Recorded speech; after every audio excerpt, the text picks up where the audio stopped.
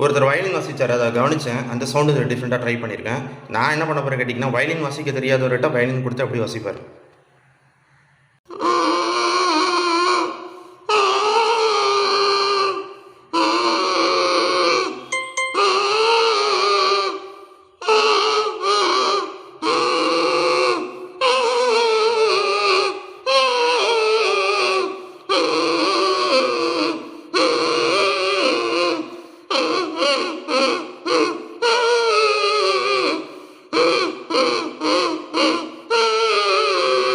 மன்மதராசா பாட்டு வாசிங்க, எப்படி இருக்கு பார்ப்போம்.